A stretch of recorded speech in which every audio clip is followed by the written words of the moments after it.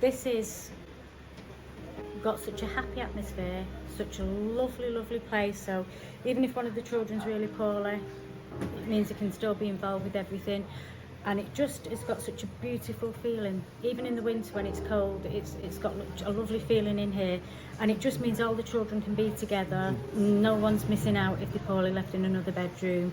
And it's just so nice because there's lots of happiness and lots of fun and lots of things going on. So the children are constantly entertained. And it just, if we can just keep the children in here and keep them safe and keep them warm, that's all we're asking for, just being able to do that.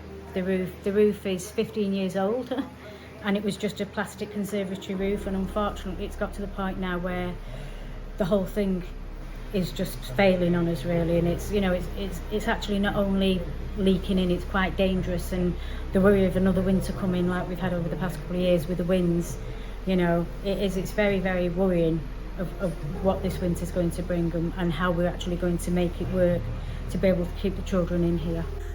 It's been lovely to meet Mason and Kelly and Katie. What a wonderful family, and they just need a bit of help now.